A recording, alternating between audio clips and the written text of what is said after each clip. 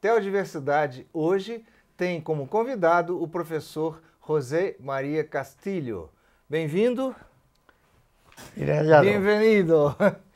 Ele é professor da Universidade de Granada, é um dos maiores teólogos espanhóis e uma voz bastante crítica acerca da situação religiosa e teológica contemporânea.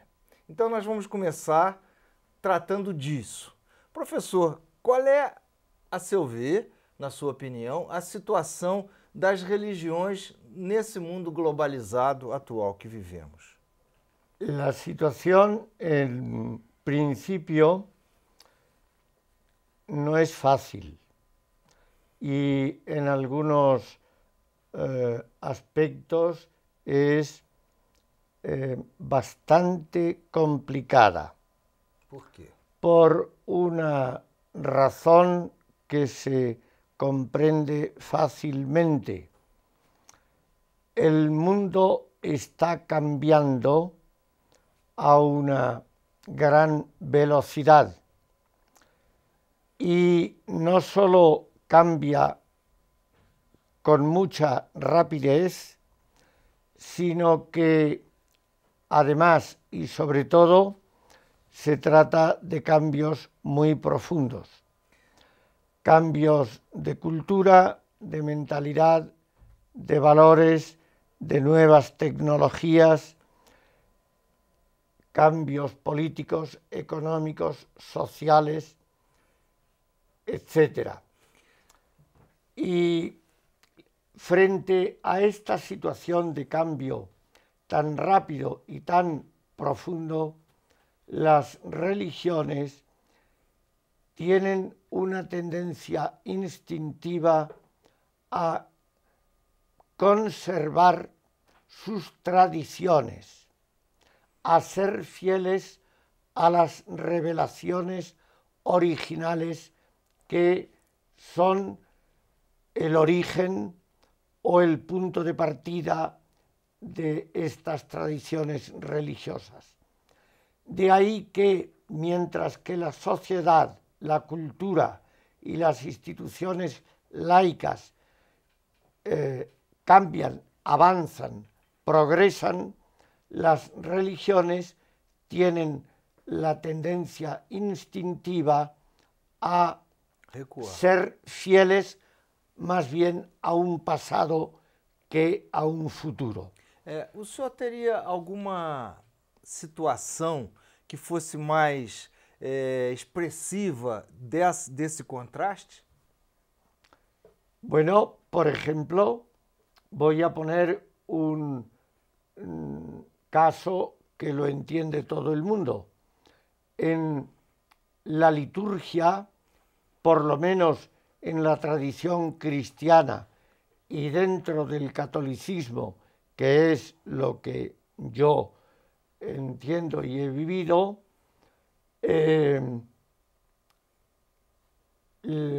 estamos en una situación en que no solamente no se avanza, sino que más bien se retrocede. Está volviendo el latín a la liturgia.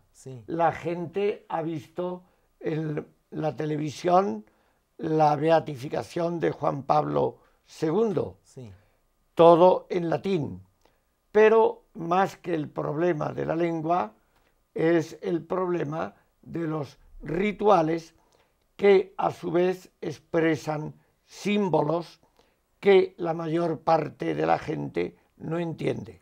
E as pessoas reclamam disso? As pessoas que os papas e os bispos gostam disso? É claro, não todos, mas muitos. Mas o povo de Deus gosta desse tipo de avanço para trás? Yo tengo la impresión de que, al menos por lo que conozco en Europa, no sé en América Latina, pero por lo que conozco en Europa, esto a la mayor parte de la población le desagrada y a mucha gente le indigna. Sí. Y son una cantidad asombrosa de gentes, de ciudadanos que sencillamente abandonan. No quieren saber nada de todo el organigrama religioso, y de ahí que las catedrales, las iglesias, las parroquias, los conventos se van quedando vacíos. O senhor tem algum número desse esvaziamento da frequência religiosa ou da adesão religiosa na Europa? Es difícil dar un número porque Europa son muchos países, sí, y por tanto situaciones muy distintas. Pero yo tengo la impresión de que el 70-80% de la población vive prácticamente alejada de las iglesias. Solamente acuden cuando, por ejemplo, algunos para el matrimonio o algunos para el funeral o el entierro de un pariente. Para el bautismo ya cada vez menos niños se bautizan. Casamento também, parece que caiu muito. Sí, el casamiento, pero ya hay, en España, por ejemplo, ya hay más gente que se casa por el matrimonio civil que por el matrimonio eclesiástico. Isso. As cerimônias, os funerais e tal, ainda se mantém algum tipo de ritual, não é? É o que mais se mantém. Sí, en los funerales normalmente hay una cantidad importante de la población que mantiene el funeral religioso. Que é uma situação, é uma ocasião irreversível, não é? Então, sí, bueno. Aí não tem jeito, né?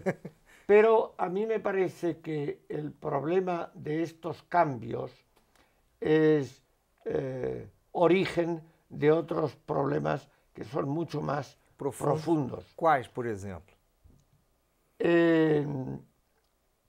Creo que en este sentido la situación, pienso por ejemplo en España o en Italia o en Francia, es muy distinta de lo que puede ser en Brasil, porque Brasil tiene una tradición antigua de siglos de convivencia de religiones distintas. En España la religión dominante ha sido la religión católica, no ya solo el cristianismo, sino la religión católica. Los reyes católicos. Sí, yo vivo en una ciudad que es Granada, y en Granada el año 1492 ocurrieron 3 acontecimientos que cambiaron la historia del mundo. Primer acontecimiento, la expulsión de los musulmanes de Europa. Segundo acontecimiento, la expulsión de los judíos de España, que fue también en Granada. Los reyes católicos firmaron el decreto. Tercer acontecimiento, los acuerdos con Cristóbal Colón para venir a América. Ocupación de la América. Ocupación de la América. Claro, son hechos de tal importancia. Y hoy nos encontramos, que esto es lo que yo quería destacar, nos encontramos con una situación completamente nueva. Yo vivo en Granada. En Granada hay ya una comunidad islámica de más de 12.000 o 14.000 musulmanes, con sus mezquitas, con sus rituales, con sus comercios o negocios. ¿Y las mujeres usan el velo? Las mujeres con el velo. ¿Sin problema? Hasta ahora sin problema. Sí. En el Granada. norte de España empieza a haber problemas con el burka. Sí. que es Inteiro. toda la Sí. mujer cubre hasta el rostro. Completamente. Pero yo creo que el problema no es solamente esto, son problemas mucho más radicales, Sí. porque las religiones están pensadas para estar presentes en sociedades y culturas monoreligiosas y monoculturales, Sí. porque imponen normas de vestir, normas de alimentación, días de descanso, normas de moralidad, etcétera, etcétera. Cuando en un país hay solo una religión, los problemas disminuyen. Si tienen que convivir muchas religiones, la situación se complica enormemente. Hablo al menos de lo que ocurre en Europa. Y entonces se plantea, por ejemplo, el problema del diálogo entre las religiones. Sí. Es un problema teológico muy grave. Se plantea el problema social y político de la violencia. Se plantea el problema de la igualdad de derechos de todos los ciudadanos. Porque, por ejemplo, en España, en Italia, en general en Europa, la tradición cristiana tiene un peso muy fuerte. Sí. Y entonces los gobiernos tienden a favorecer a la Iglesia católica o cristã, o cristiana, luterana, sí, calvinista. Sí. Y naturalmente entonces la igualdad, que es un derecho constitucional, además de un derecho fundamental. Derecho iluminista. Claro, vienen los problemas, que son también incluso problemas económicos. Por ejemplo, para la educación.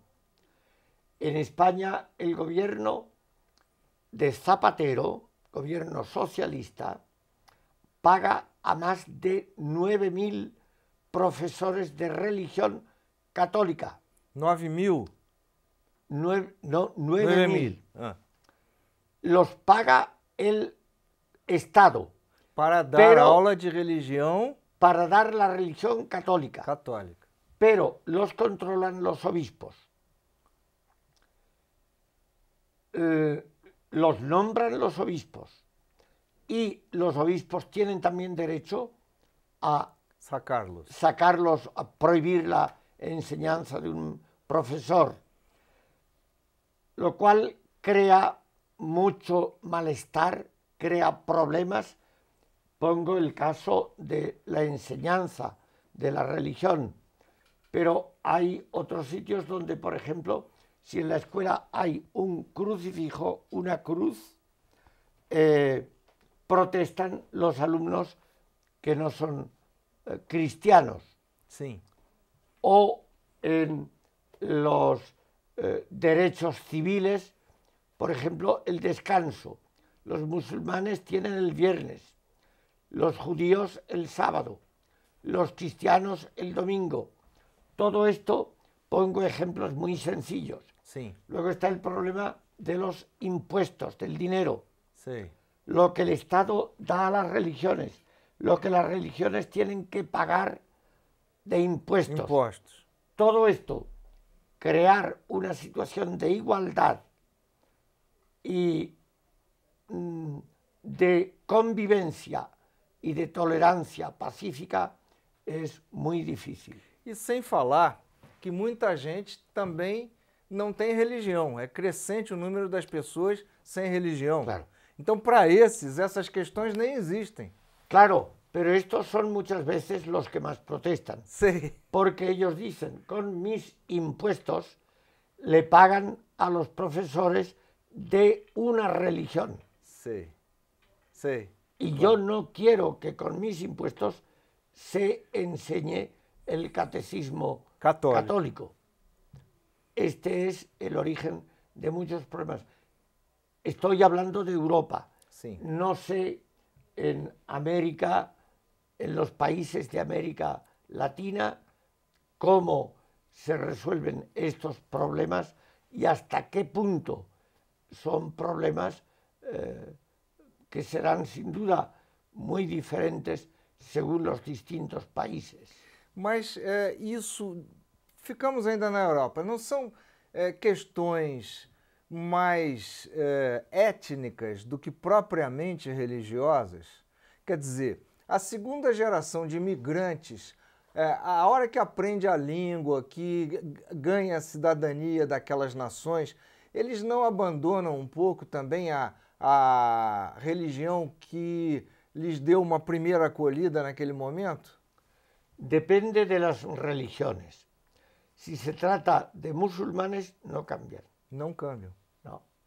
Sí. Los musulmanes son de una fidelidad y de una firmeza en sus convicciones y en sus prácticas que no se pueden mover facilmente. Mas os muçulmanos, eles que moram na Europa há um certo tempo, sei lá, 30, 40 anos, eles já se europeizam, não? Pero en la religión no. Tá bem, mas na mentalidade... en otras cosas.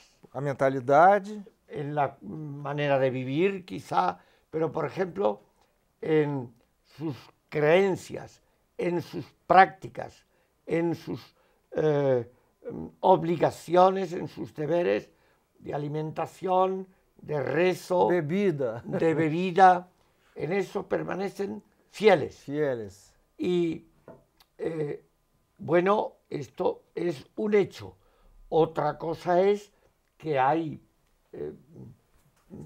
en unos sitios la convivencia es más fácil, en otros más difícil. Pero hablando de Europa, es importante que se sepa en Brasil y en América Latina que en Europa está progresando, está creciendo una derecha muy radical, sí. Ultraderecha. Y la ultraderecha... Nacionalista, fundamentalista. Fundamentalista, nacionalista. Y una de las cosas que tiene esta ultraderecha es que es contraria al pluralismo religioso y es contraria también a los inmigrantes. Essa direita é mais basicamente cristã. No, porque, bueno, puede ocurrir, normalmente sí lo es. Sí. Lo es el Tea Party en Estados Unidos. Tea Party. Lo es en la derecha de Le Pen en Francia. Austria. En Austria, ahora en Finlandia. Sí, sí. Ha aumentado de una manera muy notable. Lo es la Liga Norte de Bossi en Italia. ¿Y en Alemania? En Alemania también está aumentando la derecha de la señora Merkel. En Portugal también. Portugal menos.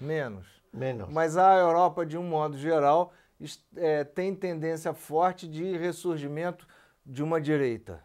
Sí, sí. Que é anti-migrações, sí. ¿No es? Porque Europa está viviendo una situación, allí ha afectado la crisis económica muy fuerte. De 2008. Porque la crisis económica que ha sido fundamentalmente, está siendo una crisis financiera.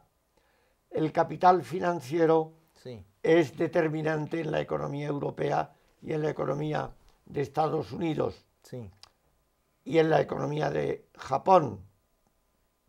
Entonces, en estas economías están siendo muy castigadas y en situaciones de inseguridad económica la gente encuentra más seguridad en la derecha que en los partidos más liberales o más de izquierda.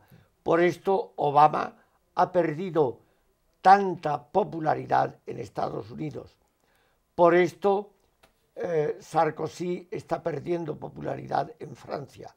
Por esto Zapatero ha perdido su gran popularidad en España. E assim sucessivamente. E isso, como é que reflete sobre as religiões, sobre o fato religioso? Se o senhor falou que as catedrais, que os países, as cidades demoraram centenas de anos para construir e de repente elas estão vazias. Sí, esto, bueno, lo que más determina la crisis religiosa en estos países más, digamos, de tradición más antigua, sí, de muchos siglos, pero al mismo tiempo de una situación económica más cambiante, me parece que es el fenómeno de la secularización social y de la laicidad que con frecuencia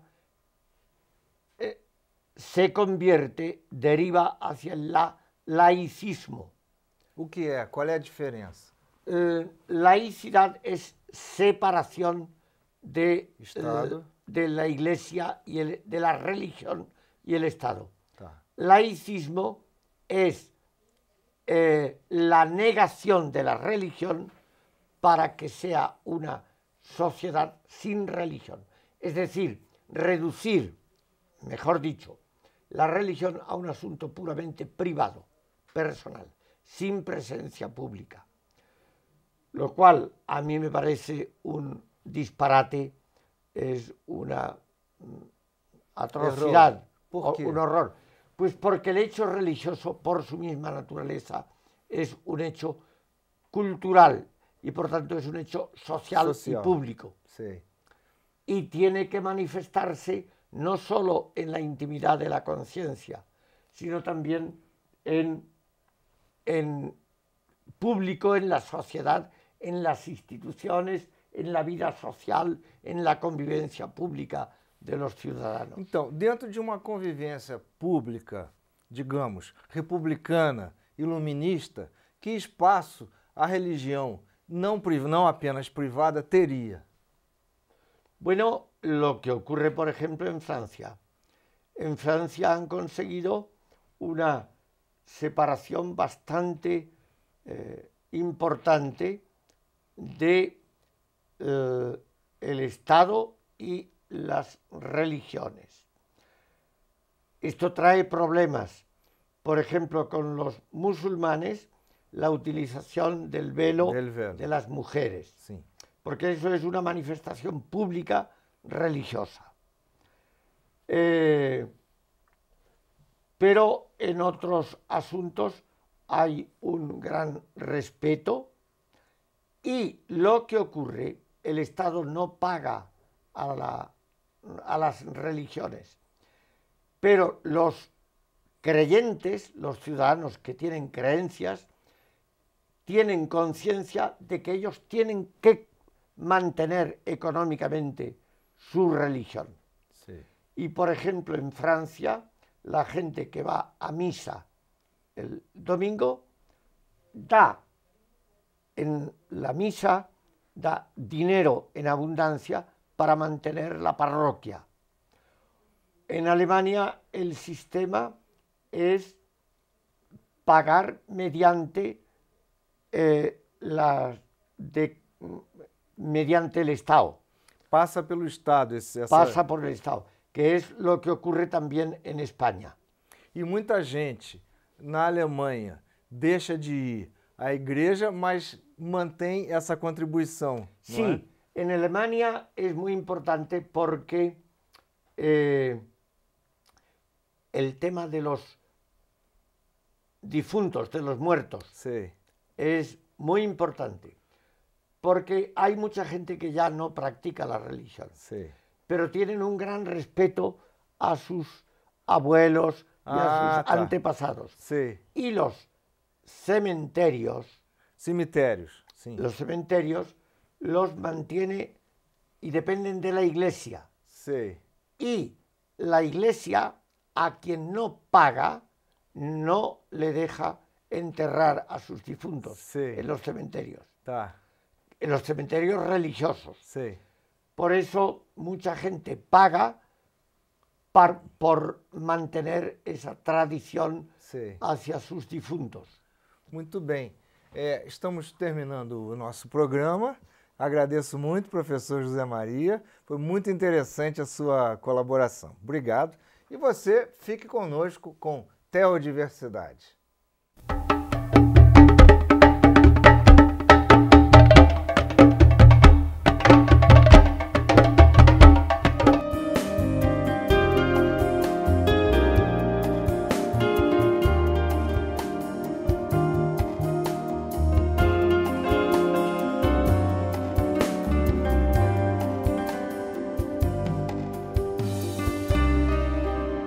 Nós temos em 1991 aquilo que nós chamamos de a Primeira Guerra do Golfo, que na verdade não foi uma guerra, porque uma guerra acontece quando você tem uma certa similaridade entre as forças em luta. Quer dizer, isso aí é uma atrocidade. Então o que houve foi um ataque internacional contra o Iraque. O pretexto para a realização do ataque foi o fato de que o Iraque havia invadido o Kuwait, o país vizinho do Iraque. Mas, na verdade, do que se tratava era o seguinte: os Estados Unidos, que não estavam contentes com a situação da existência da OPEP e a existência de um organismo internacional que fixava os preços do petróleo, os Estados Unidos queriam intervir diretamente na fixação dos preços do petróleo. Então eles invadiram o Iraque, que é o segundo maior produtor de petróleo do mundo, controlaram o Kuwait, que é o terceiro produtor de petróleo do mundo, e os Estados Unidos já eram auxiliados pela Arábia Saudita, que é o primeiro produtor de petróleo do mundo. Então, quer dizer, já o primeiro ataque em 1991 foi um resultado do interesse dos Estados Unidos em controlar diretamente as reservas de petróleo. E naquela ocasião eles só não completaram o processo de ocupação do Iraque porque eles achavam que neutralizando o Saddam Hussein, isso já seria suficiente para controlar a política de preços, etc.